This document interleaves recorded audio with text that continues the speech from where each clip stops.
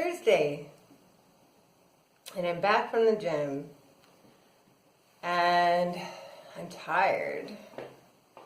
Probably stayed up a little too late last night, and then of course getting up early. Still not used to this. Did not want to wake up. I just wanted to sleep and sleep. But I got down there at a decent time. I did 40 minutes on the bike on a hill climb, the endurance ride, because I just didn't want it to be as extremely hard as the regular hills, you know, the up and down, so it was just one long hill. It was still hard. But I felt like I was kind of phoning it in a little bit. I wasn't pushing to make that 13 miles today, but it was good to just be moving. And so in the end, I did work hard. So I just didn't start strong with sprints. There was no sprints. I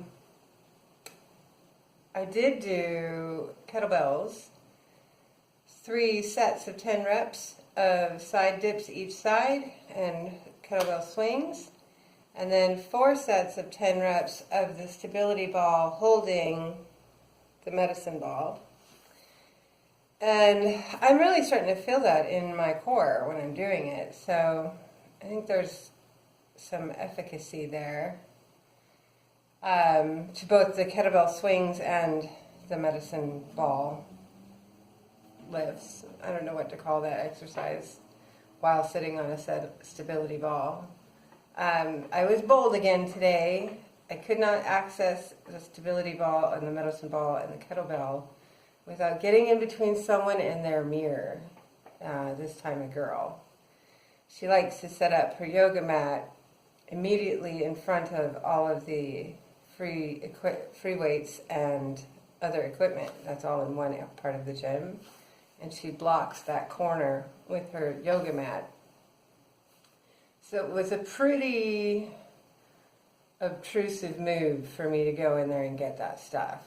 But don't block the stuff. So I definitely got between her and her mirror, which was very bold for me. So I'm kind of proud of myself. I didn't do it to be rude. I did it because we share this gym. And she was clearly offended. And I don't care. So maybe tomorrow she'll put her mat in one of the plethora of other areas that she could do so. But we'll see. People are funny. Anyway, it was a really good workout in the end. Got a really good stretch after doing the medicine ball and the kettlebells.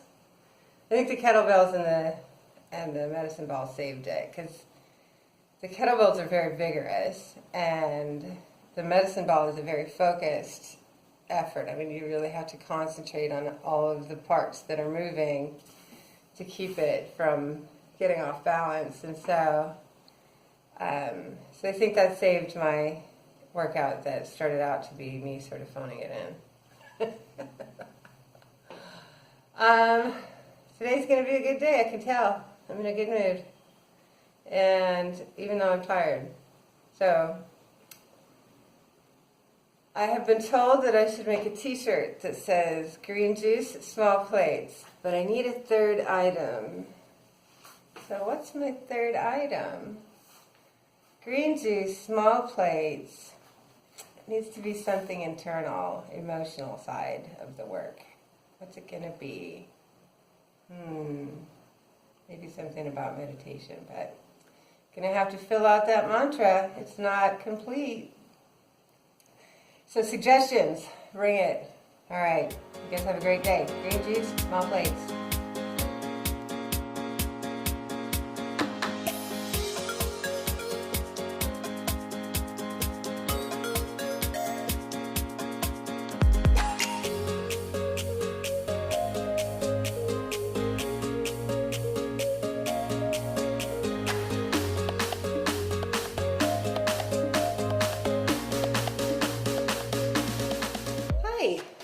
I'm home.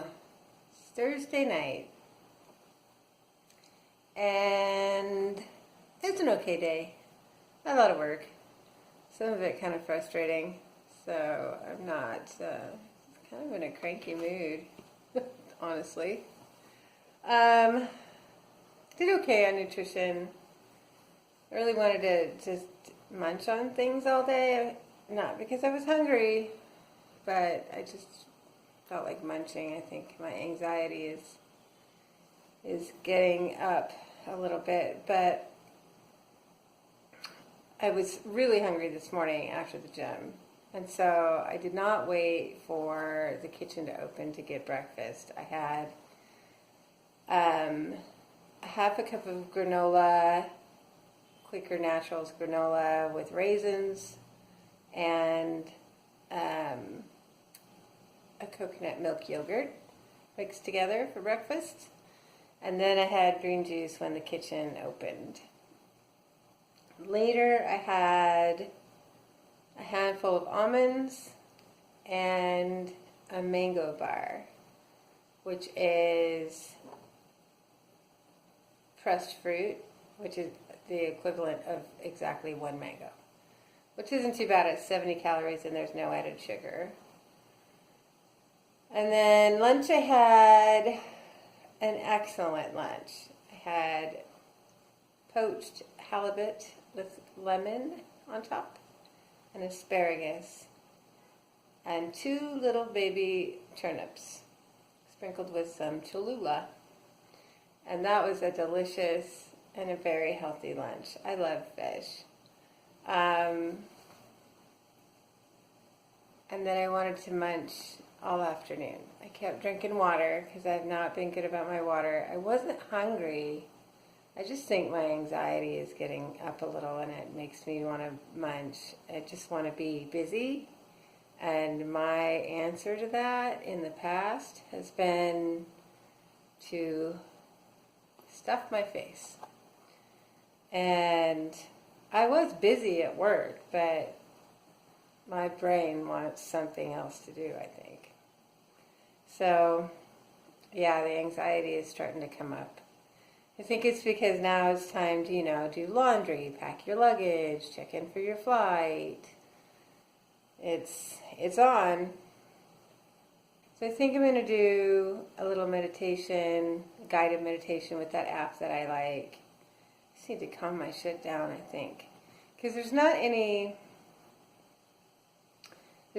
like prevailing thought of this is what's getting to me that I can say, okay, let's think about it, whatever, and work on it. It's just a general tenseness. And so I think I just need to calm down, and that's all. I am proud of myself that my eating habits of late do seem like they're actually becoming habits. Because for all the times I got up and looked at food and thought about food, all the things that I should not eat didn't really look good. And so I'm still doing okay on my calories because I went and I would look and I would just like, it doesn't sound good. And then at one point I actually caught myself thinking, are you actually hungry? No. So those thought patterns are kicking in when I need them to, even with the anxiety going, which is great. Because that's the whole point, right? This is not a diet, it's a lifestyle. I'm glad that seems to be coming along. I did listen to a couple of podcasts. Most of what I listened to today was for entertainment because I was just trying to distract myself with some pleasant things. But I did listen to a couple of informational podcasts. One of them was about dealing with your shit. It was this life coach that has a very sort of brusque manner and just a no bones about it kind of way with her. And she said a couple of things that I thought were kind of amusing. So she had an example of, okay, when you're first learning to drive and you're out driving for the first time on a highway, people are moving fast. You've got to think about lane changes. You've got to merge and all those things. And you're nervous. You're gripping the wheel. And your brain is saying, slow down, speed up, change lanes, whatever. You suck. And you're just so freaked out. Well, tell that voice to shut the hell up. That's just you're crazy in there. And you can tell it to shut up.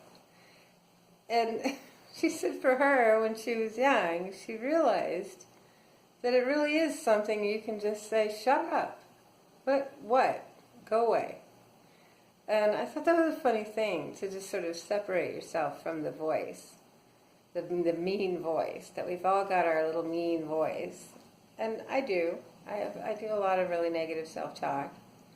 But she said every single person in the world has one of those, even the ones that you admire. All the people in the world have their crazy little voice in their head telling them to do the shit a different way. And not that they're not doing it right. And so just acknowledge it and dismiss it, like the crazy that it is. And I thought that was an interesting thought pattern. I've never heard anybody do that, sort of like just disassociate yourself from that portion of your personality in your head, because it's crazy. And it's literally, it's just an asshole in your head. Those are her words.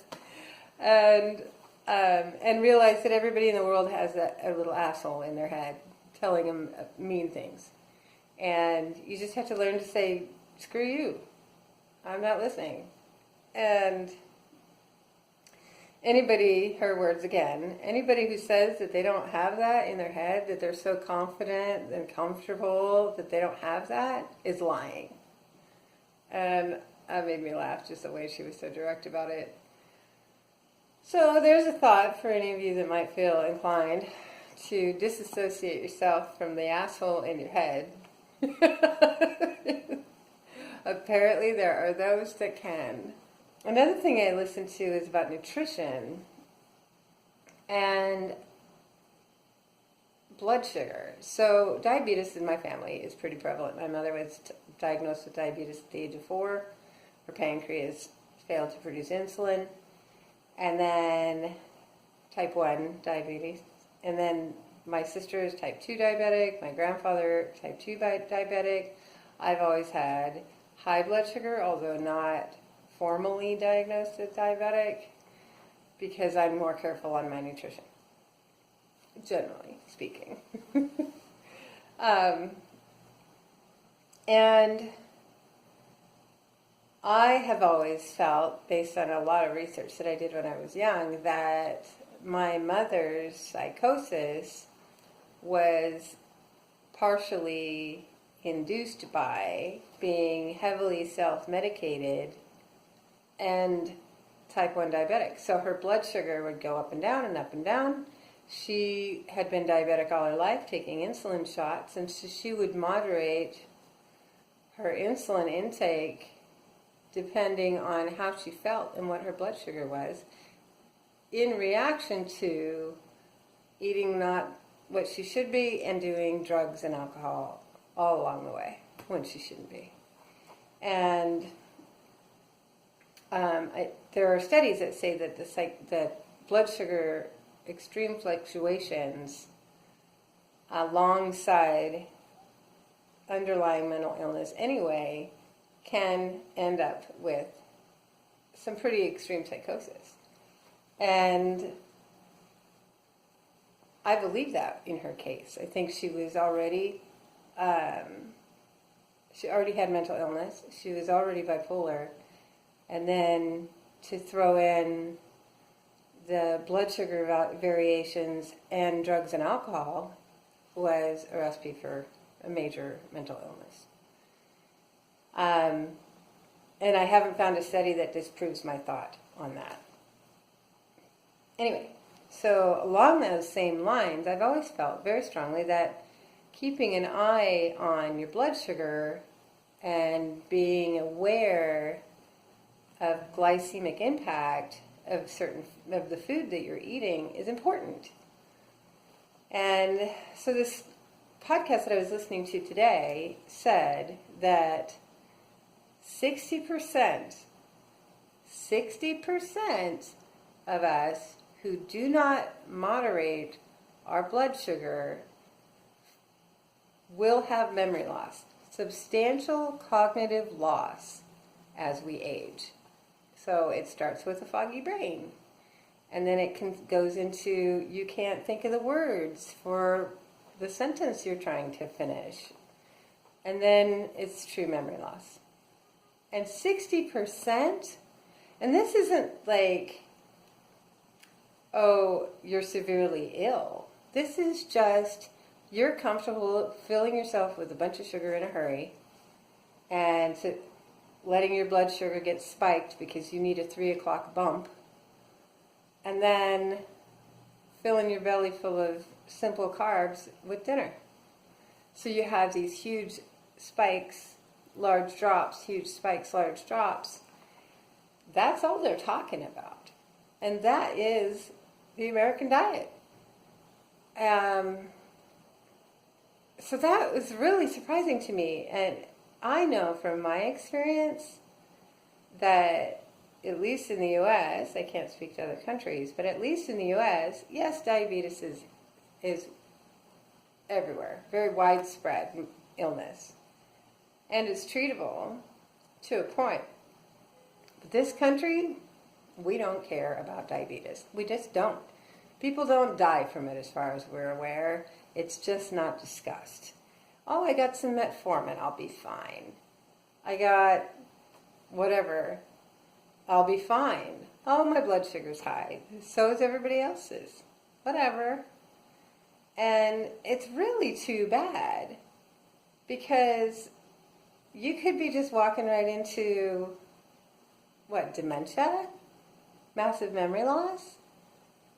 It's possible. And all because you're just eating the way everybody else eats, because that's all we know. Because nobody's talking about it. So that was just, I've had this little uproar before in a conversation with somebody else a few months ago, that it's shocking to me that diabetes and blood sugar regulation, not regulation as in laws, but personal management of your glycemic index, isn't something that is discussed or educated at all. The impacts of neglecting that function in your body are huge. I mean, there's your kidneys, there's your liver, there's your brain. And nobody thinks about it. They all just think of it as a fat person's disease. There's also some studies that say that it's a disease that you have a propensity to have before you become fat. Fat is a symptom of diabetes. So you don't have to be fat to get diabetes, and getting diabetes does not mean you're lazy. But we have so many stigmas around it that normal healthy people normal weight people, how do we put that? Healthy weight people consider themselves healthy. And so they'll go ahead and get up and skip breakfast and have some coffee with a bunch of sugar in it, spike their blood sugar, get them through the morning, have a burger and some french fries for lunch, spike your blood sugar again. Oh, afternoon crash. Well, that's normal. I'll have a Snickers and a cup of coffee with some more sugar. And then go home and have, mashed potatoes and gravy and some dessert, just because I feel like it's a sweet. Spike, crash, spike, crash, spike, crash. And nobody realizes that there really are long-term impacts of doing that to your body, even if you don't get fat. Even if you don't get diabetes.